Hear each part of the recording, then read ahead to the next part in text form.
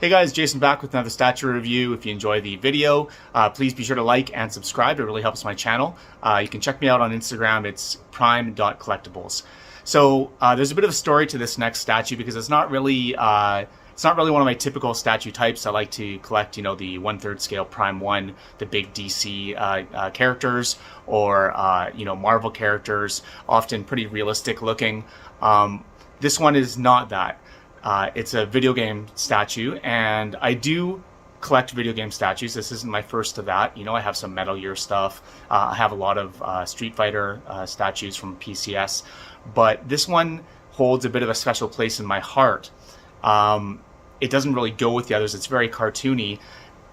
So I'll give you a bit of a background. Young Jason, big Nintendo fanboy back then, because really Sony hadn't made PlayStation yet. And there wasn't really anything else out there. There was, Sega, but I wasn't really into Sega games. So in the era of Nintendo 64, there was a company called Rare, and they were just killing it. They had sort of an exclusive deal with Nintendo, and they were developing games for them. They did a ton of big games for the Nintendo 64. So they did like GoldenEye, Banjo-Kazooie, man, I can't even think of it right now, but they did a bunch of the big games for Nintendo at that time. I believe they did a Donkey Kong game as well, but just like a lot of the big Nintendo 64 bangers was Rare. And then out of nowhere, they kind of came out with this game, this 3D platformer that broke the sort of cartoony 3D platformer mold that was so popular at the time, and introduced this little cartoony character that looked super cute, but he was like foul mouthed, and he had a British accent, and he was constantly swearing and just saying funny stuff, making jokes. You start the game with him hungover, and he doesn't really know where he is, and every now and then he just pukes because he's so hungover. It was just, at that time, it was a freaking hilarious game, and like, I guess at my age, it really resonated with me. Two things made it resonate. I guess one is just the juxtaposition with this cute character and this cutesy sort of theme, and this like mature content. Him swearing, and him just doing jokes about sex and potty humor and everything.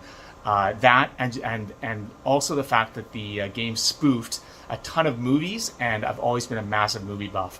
So it spoofed everything from, I don't know, Saving Private Ryan. It did The Matrix. It did Alien.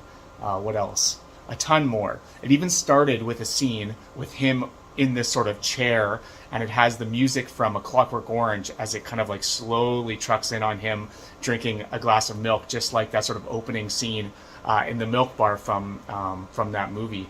So again, this game holds a special place in my heart. When I saw that there was a statue of it, I'm like, that won't really fit with my other statues in my collection, but I gotta have it.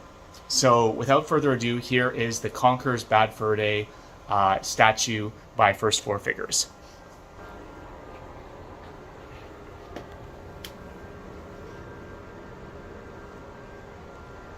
And he is, man, for what you'd want out of a Conker statue, he's perfect.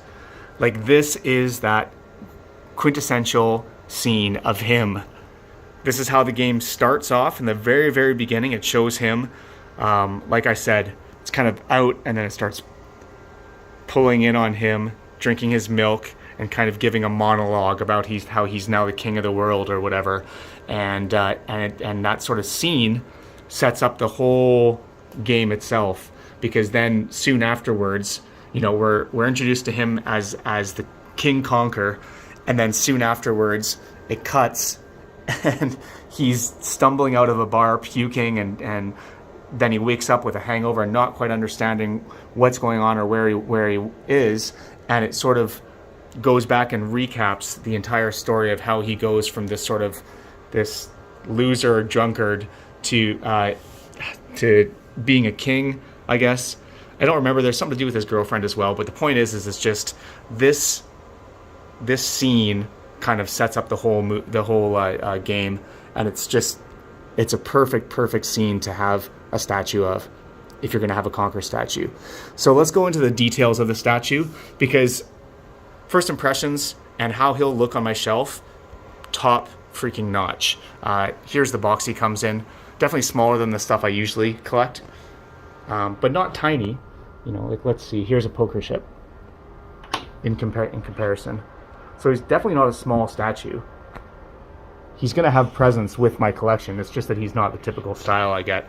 So I have to kind of lean down here because he's quite low. So here's the base is kind of, there's no base, which is kind of cool. It's, the whole thing sits up off the ground on these legs, which kind of have a wood grain look. And they're quite ready wood.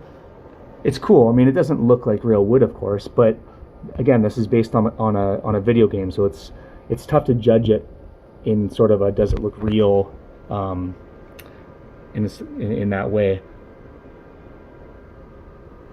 So all around, okay, so from the wood, you've got this sort of leather, this like luxurious padded leather. And again, it looks good. I think it looks really nice. You can't really tell in the video here, but there's quite a bit of difference in color between the edges here and then up on top. There's gradients of red, which make it look quite nice and luxurious.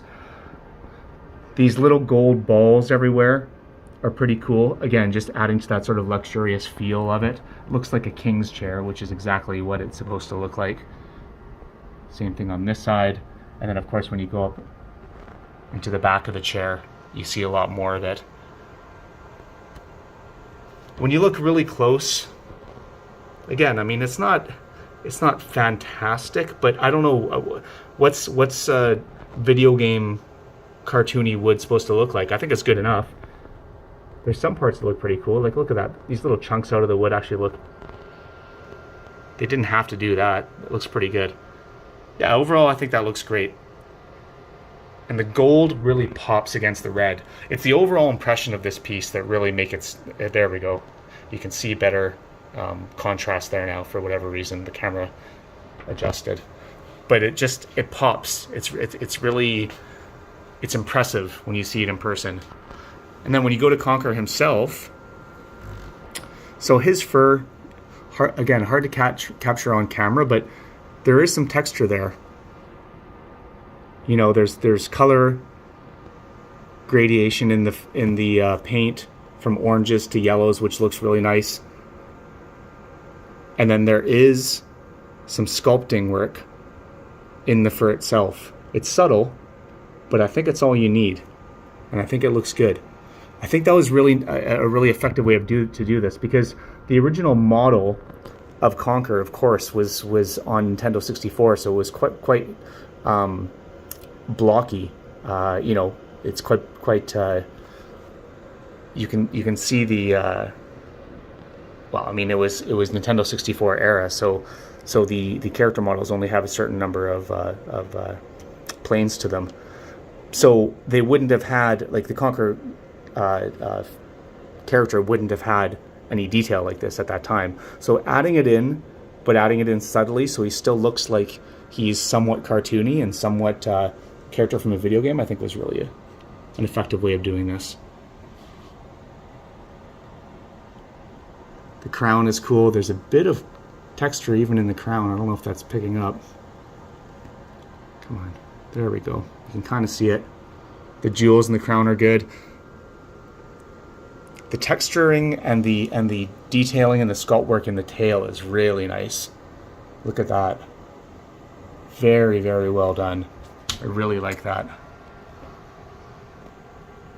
This is just such a bright, fun statue compared to most other statues that I have.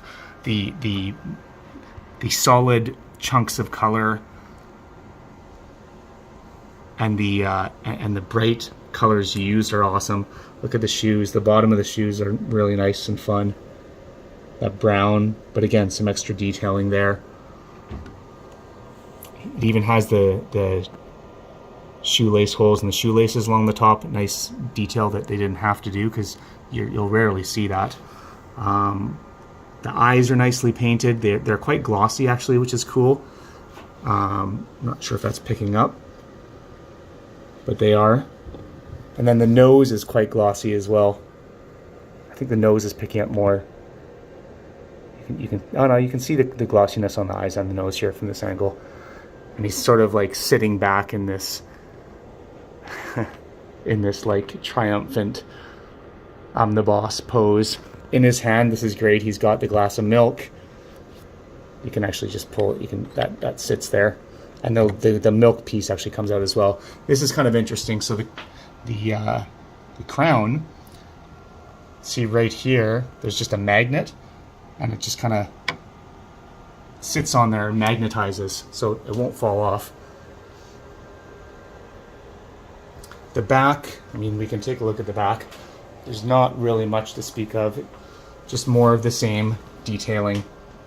Now this is kind of unfortunate. See this here? Mine showed up with this broken. Here's the piece. Not a big deal at all. Just a little bit of glue and that'll stick right back into place, and it's on the back of the statue, so honestly, who really cares? I'll put that on and it'll look like nothing ever happened. So there he is. I really like this.